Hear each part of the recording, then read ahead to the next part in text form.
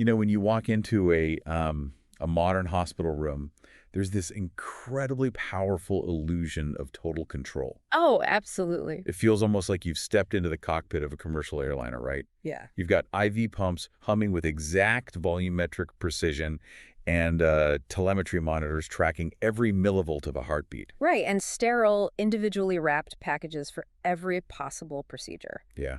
It just feels perfectly mathematically engineered to keep the patient completely safe. It does. I mean, it creates a tremendous sense of security, both for the patient and for the clinician. We really rely on that structure. Everything has its designated place, and, every scenario supposedly has a strict protocol. But the reality is, I mean, healthcare is fundamentally a human endeavor. Humans get tired, physics stubbornly refuses to cooperate sometimes, and complex machines break down. They absolutely do. And suddenly, that perfectly engineered environment is just thrown into total chaos. Which is exactly why the true test of a safe, competent bedside nurse isn't just knowing how to operate the machinery when everything is going perfectly to plan. Right. It's knowing precisely what to do when that illusion of control shatters. And that is exactly what we are unpacking for you today. Welcome to this deep dive. Today, we're taking a massive stack of current NCLEX-RN textbooks, recent clinical practice guidelines, and actual hospital variance reports, and distilling them down into the ultimate high-yield review. Just cutting straight through the fluff. Exactly. Our mission today is highly specific. We are not here to review basic nursing skills.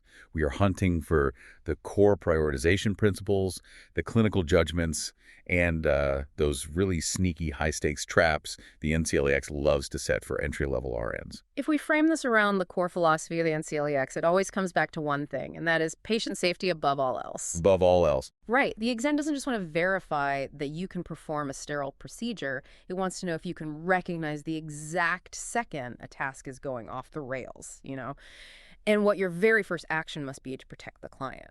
So we're dividing this analysis into three major arenas. We've got environmental safety, responding to errors, and the high-stakes bedside procedures involving tubes, drains, and elimination. A lot of plumbing. A lot of plumbing. So if we start at the macro level, like the hospital room itself, the most immediate physical threat to that controlled environment is a fire. It's a foundational NCLEX topic, and they aren't testing to see if you can simply recite that poster in the break room. Right, the one we all ignore. Exactly. They are testing your clinical sequence and your understanding of hospital architecture. So the acronyms are ingrained in all of us. RACE-E, which is rescue or remove, alarm or activate, contain, and extinguish or evacuate. Yeah. And PASS for the extinguisher, pull, aim, squeeze, sweep. But the exam really zeroes in on the contain and evacuate phases. And the why behind it is actually fascinating. It is. It comes down to smoke compartments. Smoke compartments. Yeah. So modern hospitals are designed with highly specialized fire barrier doors that automatically shut. By closing the doors to the patient's room, you're actively utilizing the building's architecture to trap the fire and smoke in one single isolated compartment. Oh, wow. Right. And this buys you time, and it directly dictates how you evacuate patients. See, this is where my instinct completely conflicts with the protocol. Because if a building is on fire, my brain just screams, find the nearest stairwell and get everyone outside immediately. And that is a massive trap. It's a trap, so vertical evacuation is the wrong move. It is a huge trap on the NCLEX. Moving a critically ill, bedbound patient who might be connected to a ventilator and, multiple IV pumps down a stairwell is incredibly dangerous. Right. And time-consuming. Okay, that makes sense. You can't just drag a ventilator down 5 flights of stairs. No, you really can't. In a hospital, the standard is horizontal evacuation first. You move the patients laterally, crossing through those heavy fire doors into an adjacent, safe smoke compartment on the exact same floor. So you're just moving them sideways to a safe zone. Exactly. You only resort to vertical evacuation, going down the stairs, if the horizontal move just isn't enough to escape the spreading smoke. Okay, that is super high yield. I want to challenge another safety concept here, specifically regarding oxygen, because students trip over this all the time. Let's hear it. Oxygen itself isn't technically a flammable gas, right? It doesn't just spontaneously explode. So why are the safety protocols around it so incredibly strict? It's basic chemistry, and it's highly testable. You're completely right that oxygen isn't the fuel, but it is an oxidizer. An oxidizer. Right. The fire triangle requires heat, fuel, and an oxidizer. The ambient air we breathe is only about 21% oxygen. Okay. But when you supply a patient with 100% supplemental oxygen, you are supersaturating that immediate environment. Oh, I see. Yeah. So ordinary materials like cotton bed sheets or a plastic nasal cannula suddenly become incredibly combustible. A tiny spark that would normally just fizzle out will instantly ignite and burn fiercely in an oxygen-rich environment. So if a fire breaks out near a patient on oxygen, you have to mentally address that fuel oxidizer combination immediately, like turning off the oxygen if it's clinical safe to do so. Exactly. You remove the oxidizer. What about electrical fires? Let's say I walk into an ICU room and the patient's ventilator or critical IV pump just starts smoke and sparking. My human instinct is absolutely to rip the power cord out of the wall or throw a blanket over it to stop the fire. You're telling me I have to ignore the fire and go to the patient first? Well, you don't ignore the fire, but your sequence is strictly dictated by the patient's immediate physiologic needs. Okay. The exact wrong answer on the NCLEX is to try and fix the machine or immediately call maintenance. If a life-sustaining device fails, your first priority is substituting that life support. Right, because they still need to breathe. Exactly. You detach the patient and manually bag them with a resuscitation bag to keep them breathing. Only after the patient is physiologically stabilized do you remove the hazard, pull the plug, tag the machine out of service so no one else accidentally uses it, and then report it. Rescue the patient's airway first, then handle the hazardous equipment. That clarifies it perfectly. It's all about priorities. Right. Now, beyond the equipment, the environment also includes ensuring we're doing the right thing to the right person, which means patient identification. 2 identifiers are standard, At least 2, usually name and date of birth. but the sources highlight a couple of very specific cognitive traps here. First, a room number is never, ever an identifier Never. because patients are constantly being shuffled around for bed management, right? Bed 4 in room 202 could be Mr. Smith in the morning and Mr. Jones in the afternoon. Exactly. It's totally fluid. But the bigger trap seems to be automation bias with barcode scanners. Oh, automation bias is huge. Barcode scanning is a brilliant safety net, but the exam will relentlessly test whether you are using it as a substitute for critical thinking. Like just turning your brain off because the computer beeped. Yes. If you scan the patient's wristband and you scan the medication and the computer beeps green, your brain relaxes. But if the patient looks at the pill and says, wait, my doctor said I was getting a blue pill today, not this red one, you cannot just rely on the beep. You stop the line. You have to assume the technology can fail, or maybe that an order was entered incorrectly upstream. Exactly. And this principle scales all the way up to major surgeries with the timeout procedure. Right, the final check before surgery. Yeah.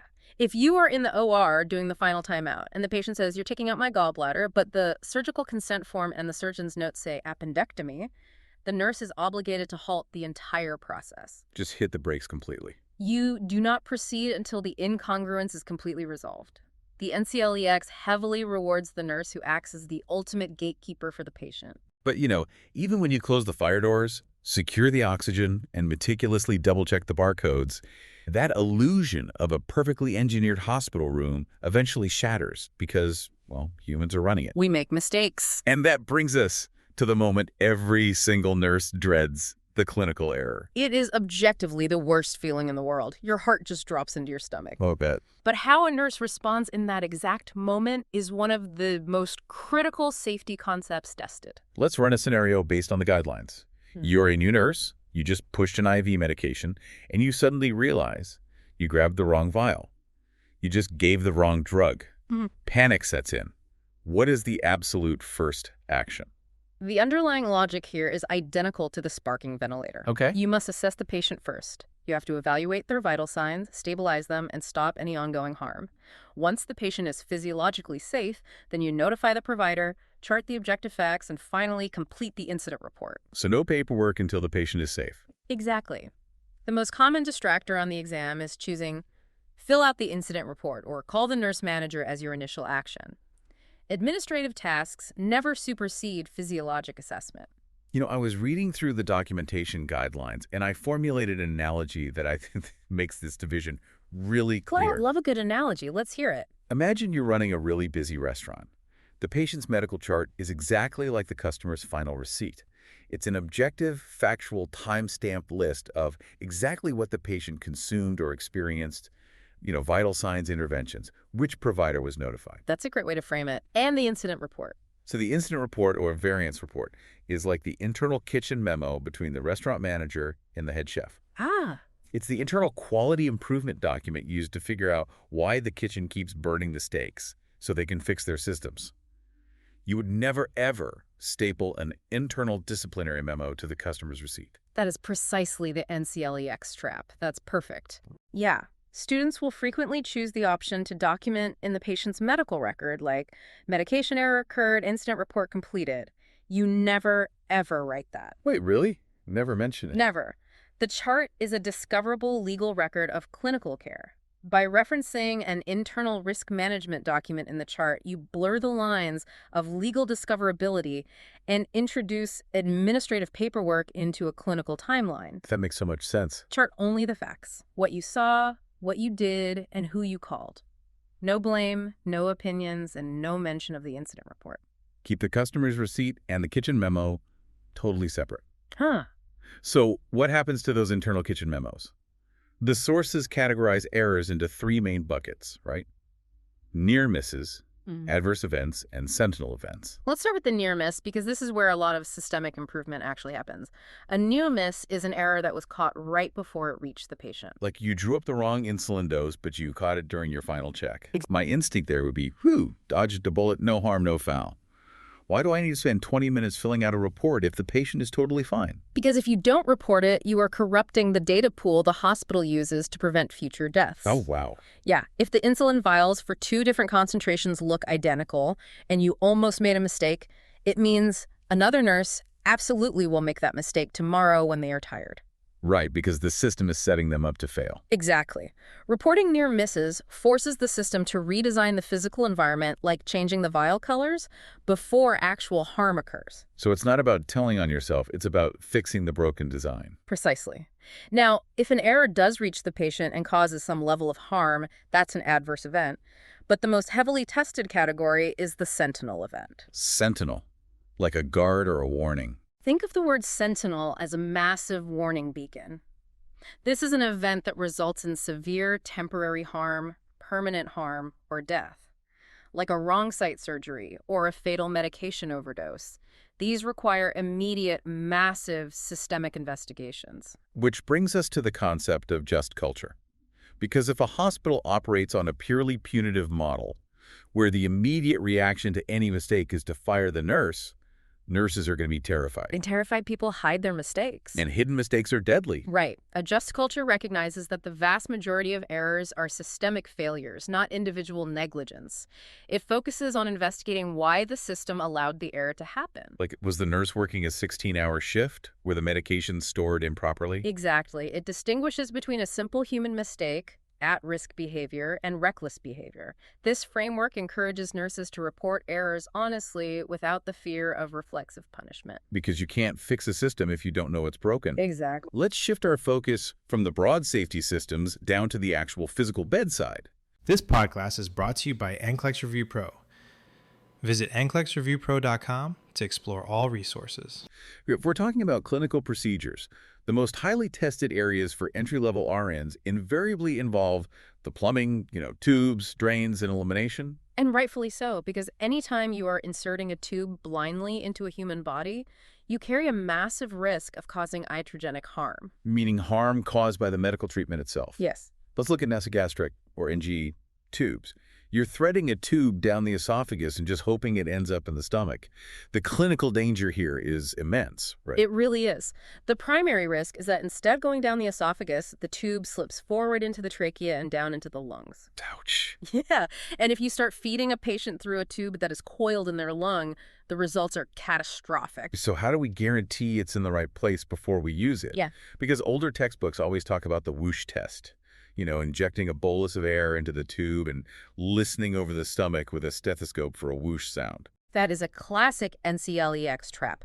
Current evidence dictates that air bolus auscultation is highly unreliable. Wait, really? Unreliable? Very. Because if you inject air into a tube sitting in the pleural space of the lung, it will still make a sound that can easily transmit through the diaphragm and mimic a gastric whoosh. Oh, wow. You're just hearing it through the body cavity. Right, you're essentially trying to hear a sound through a wall of tissue. Do not choose this on the exam. The only definitive, safe way to verify initial placement is radiographic confirmation, an X-ray. Always an X-ray. And while you're inserting it, if the patient suddenly starts coughing violently, turns blue, or drops their oxygen saturation, You stop immediately and pull the tube back. don't just push through it. No, do not push through resistance and do not assume they're just gagging. Severe respiratory distress indicates you have breached the airway. Okay, so the tube is safely confirmed by X-ray. Let's move to enteral feeding. We're pumping liquid nutrition directly into the stomach. What's the physiological risk here? Aspiration. The stomach is a reservoir, right? If you fill it with liquid and the esophageal sphincter relaxes, that fluid can travel back up and spill into the airway. Like horrible reflux. Exactly. To prevent this, gravity is your best friend. The head of the bed must remain elevated at 30 to 45 degrees during the entire feeding. But practically speaking, patients need to move. They need to be laid flat for a linen change, or maybe they just want to slide down and sleep. You never lay them flat while the pump is actively running. You must pause the feeding, lay them flat, perform the procedure, elevate the head of the bed back to at least 30 degrees, and only then do you restart the pump. Got it. Okay, let's dig into gastric residual volume, or GRV. We pull back on the tube with a syringe to see how much formula is just sitting in the stomach undigested. Right. The rule of thumb in the materials is that if we pull out over 500 millil, we hold the feed because their gut isn't moving things along. But if it's under 500 millil, we generally return it to the stomach. Yes, that's standard. See, if I aspirate 400 milliliters of old, undigested formula, my instinct is to throw that straight in the biohazard bin. I mean, why on earth would I push that back in? It feels totally counterintuitive, I know, but if you throw it away, you aren't just throwing away food. Yeah. You are discarding massive amounts of gastric acid, potassium, and sodium. Oh, the electrolytes. Yes. The stomach secretes highly acidic juices to break that food down. If you regularly dump 400 milliliters of gastric contents, you will throw that patient into severe metabolic alkalosis and dangerous electrolyte imbalances. You have to return the residual to maintain their physiological baseline. That makes total sense when you look at the chemistry of it. Okay. Let's follow the plumbing further down to urinary catheters, Foley's. The overriding principle here is preventing CIUTI, catheter-associated urinary tract infections. Which are entirely preventable and heavily scrutinized on the exam. The maintenance rules are strict. It must remain a closed, sterile system. And you must manage the physical tubing correctly to prevent retrograde flow. Right, keeping the drainage bag below the level of the bladder. But let's explain the physics of why dependent loops, those big dips in the tubing, are so dangerous. Well, urine in that drainage bag is essentially a bacterial playground sitting at room temperature. Yuck. Yeah. If you lift that bag above the bladder, or if you create a deep U shape in the tubing where urine pools, gravity and hydrostatic pressure will force that stagnant, bacteria-rich urine straight back up the catheter and into a sterile bladder, it's a guaranteed infection. That perfectly explains the rule for collecting a sterile urine specimen then. If a doctor orders a urine culture, I can't just open the spigot on the drainage bag and catch some urine in a cup. Absolutely not. That bag urine will yield a massive false positive for bacteria. Right. You must clamp the tubing slightly below the sampling port to allow fresh urine to collect, scrub the port with an antiseptic, and use a sterile syringe to draw the sample directly from the port. Got it. Fresh from the source. Now, there is a very specific, intense catheter situation the sources highlight: continuous bladder irrigation, or CBI. We use this after prostate or urologic surgery to constantly flush the bladder and prevent blood clots. Right, you are hanging massive 3-liter bags of sterile saline and running it continuously into the bladder, and it drains out into a large catheter bag. This brings up an analogy I use to explain the math trap the NCLEX loves here. Calculating a patient's true urine output during CBI is exactly like balancing a retail cash register at the end of the day. Oh, I like this. Walk us through that. So if you close your store and your cash register has $1,200 in the drawer, you didn't actually make $1,200 in profit. Yeah. You have to remember you started the morning with $200 in the drawer just to make change. Right, you're starting cash. Exactly. You have to subtract that starting cash to find your true profit. With CBI, if you empty 3,000 milliliter from the drainage bag at the end of your shift, that isn't their urine output. You have to subtract the 2,500 milliliter irrigation fluid you pumped in to find your true profit, which is only 500 milliliters of actual urine. That is a brilliant way to visualize it. And the clinical danger with CBI is obstruction. If your fluid is running in but nothing is draining into the bag, or the patient is suddenly screaming in suprapubic pain, you have a critical emergency. A clot. Yeah, a blood clot has likely blocked the exit. If you don't stop that continuous infusion immediately, the pressure will build until the bladder physically ruptures. Stop the fluid, then manually irrigate to clear the clot. Okay, final stop on our procedural deep dive, ostomy care. Bringing a piece of the intestine out through the abdominal wall to create a stoma. This is incredibly visual. The assessment of the stoma tissue is paramount. A healthy stoma is essentially the mucosal lining of the intestine, so it should look just like the inside of your cheek, gapy red or deep pink, and moist. So what color should cause immediate panic? Dusky, pale, gray, or black. Black is bad. Very bad. That color change signifies ischemia. The stoma is losing its arterial blood supply and the tissue is dying. Necrosis is setting in. This is not something you simply document and monitor. It is a surgical emergency that requires immediate provider notification. The guidelines also draw a sharp distinction between a colostomy, which is lower down in the large intestine, and an ileostomy, which is higher up in the small intestine. And that location completely dictates the patient's fluid risk. How so? Well, the primary job of the large intestine is to absorb water back into the body. Because an ileostomy bypasses the large intestine entirely, the output is incredibly high volume and watery. So they're losing all that water. Yes. These patients are losing massive amounts of fluid and sodium every day into their ostomy bag. As a nurse, you must monitor them aggressively for severe dehydration and electrolyte collapse. Man. Welcome to the debate. Imagine a patient rolls into the emergency department. Vitals look perfect, they're breathing effortlessly, and, their oxygen saturation is at 100%. Right. They look perfectly stable. Exactly, stable. By the standard rules of emergency medicine, the ABCs of airway, breathing, and circulation, they're totally fine. But toxicologically speaking, they are already on a one-way track to liver failure. Yeah, so today we're debating the critical first steps in toxicology. Like, do we stick rigidly to universal physiological stabilization, or does that protocol sort of blind us? Does it cause us to miss the window for targeted antidotes? Right. And I argue that universal physiological stabilization, the ABCs, must always take absolute priority. You simply cannot treat a poison if the patient loses their airway. And I argue the opposite. Treating the specific poison actually is the stabilization. Relying entirely on standard ABCs can be, a deadly trap that masks profound cellular damage. So let's look at this through a simple analogy, right? You can't run antivirus software on a computer if the power cord is unplugged. Okay, fair. The ABCs are the power cord.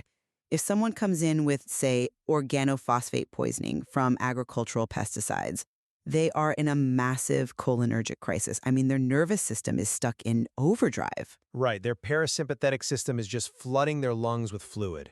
Exactly. They are literally drowning in their own secretions. So before you start hunting for the specific chemical off switches, like atropine or pralidoxime, You have to clear the airway. yes, you have to clear that airway. The physiological intervention just has to happen before the chemical one. Well, clinicians listening right now might think, sure, that makes perfect sense for a highly visible, fluid-filled airway emergency. Mm-hmm. But consider acetaminophen. It is a slow-burn toxin. This is where standard ABCs give you a really dangerous false sense of security. Because they look fine. Exactly. You look at that patient, perfect vitals, completely lucid, but inside, that overdose is actively depleting their liver's natural glutathione stores. But they aren't crashing in minute one, right? No, they aren't. But if you delay treatment because they look, stable on the monitor, their liver cells die. You have to rapidly identify the toxin and push N-acetylcysteine Right. to replenish those stores before the damage becomes irreversible. Waiting around because the ABCs are intact costs the patient their liver. But that's exactly why we have to distinguish between a slow burn toxin and an acute physiological collapse. Like take opioid overdoses. Oh, okay. The trap people fall into is hyper-focusing on identifying the exact drug or just rushing to push naloxone to competitively block those brain receptors. You're saying they prioritize the antidote over the basics? Yes, the true priority is simply asking, can this patient ventilate? Right. Respiratory support is what keeps them alive. I mean, naloxone is a fantastic tool, but its half-life is often shorter than the opioid itself. It wears off quickly. It wears off. So the physical, mechanical support of the airway is what actually prevents death while the drug clears. Okay, but that assumes your standard physiological monitoring is actually telling you the truth. Let's look at carbon monoxide poisoning. Ah, the classic example. Right. It is the ultimate failure of the ABC framework. If you put a standard pulse oximeter on a CO patient, it will just beep a reassuring 99%. Right, because it reads carboxyhemoglobin as normal oxygen. Exactly. It cannot tell the difference between red blood cells carrying oxygen and red blood cells bound to carbon monoxide. So, human nature tells you to look elsewhere while the patient is suffering from severe silent cellular hypoxia. The mechanism of the toxin must dictate your immediate action, not just a generic vitals check. Okay, but even with carbon monoxide, your immediate treatment actually reinforces my point. How so? Well, let's say you suspect CO exposure. What is the very first thing you do? You administer 100% high concentration oxygen. Exactly, to competitively flush out the carbon monoxide. And that is literally a foundational breathing step in the ABCs. The physiological intervention remains the correct immediate action, even if your specific diagnostic monitor is being fooled. I just don't buy that it's universally applicable, though. Blanket protocols are inherently dangerous in toxicology. Well, they can be. Think about gastrointestinal decontamination. You know, the old reflex, the standard protocol, was to blindly administer activated charcoal to absorb toxins in the stomach. Oh, sure. But if you do that in a patient with a compromised airway, They aspirate the charcoal straight into their lungs. right, which is a total disaster. The specific substance in the route of exposure absolutely have to dictate the intervention. You can't just apply a universal checklist without knowing exactly what chemical you are fighting. Well, we definitely agree that blind, outdated interventions are dangerous. I mean, routinely inducing vomiting with Ipecac syrup is a perfect example. Oh yeah, completely outdated. Right, we both know that is strictly contraindicated now because it consistently causes more harm than the original poison. Absolutely. Emergency toxicology requires just immense nuance. You're constantly balancing the treatment of immediate physiological failure against the need to aggressively target the specific chemical mechanism. It really is a delicate balance. I mean, do you secure the power cord first, or do you immediately neutralize the virus? There is so much more complexity in the source material, obviously. Yeah, definitely. But it always comes down to asking, which action will keep the patient from going under right now? We have dissected a massive amount of high-yield clinical data today. If we pull all of this together, the through line is undeniable, right? The NCLEX is fiercely protective of the patient. It really is. It tests your ability to see the hazard before it strikes, whether that's recognizing oxygen as an oxidizer, identifying the trap of a barcode scanner, or just stopping a feeding pump before a patient aspirates. We mapped out the objective division of documentation, keeping the clinical receipt totally separate from the risk management kitchen memo. And we broke down the physics and physiology behind bedside traps, from the false security of an air bolus whoosh test to the retrograde flow of a urinary catheter. As we wrap up, I want to leave you with a broader perspective on the systems we work within. We spent this time discussing exactly how to react when the alarm sounds, when the tube clogs, or when the medication error occurs. But consider this. In a fully realized just culture that truly prioritizes design over blame, how many of these bedside emergencies could be entirely engineered out of existence? Oh, that's a profound way to look at it. If the oxygen fittings physically couldn't connect to the wrong port, or if every medication vial had a totally unique tactile shape, the human error gets removed from the equation. Exactly. As you prepare for the NCLEX and transition into practice, ask yourself, are you just memorizing the protocols for putting out fires, or are you actively learning how to identify and remove the sparks before they ever ignite? It brings us right back to that initial illusion of the perfectly controlled hospital room. The more we understand the underlying vulnerabilities of our own systems, the closer we get to making that illusion of total safety a reality. To our listener, thank you for trusting us with your prep on this deep dive. Keep pushing, trust your training, and stay curious. This podcast is brought to you by NCLEX Review Pro, your trusted platform for smarter, high-yield NCLEX-RN preparation. Our motto, prep like a pro, let the worries go. Visit NCLEX-ReviewPro.com to explore all resources.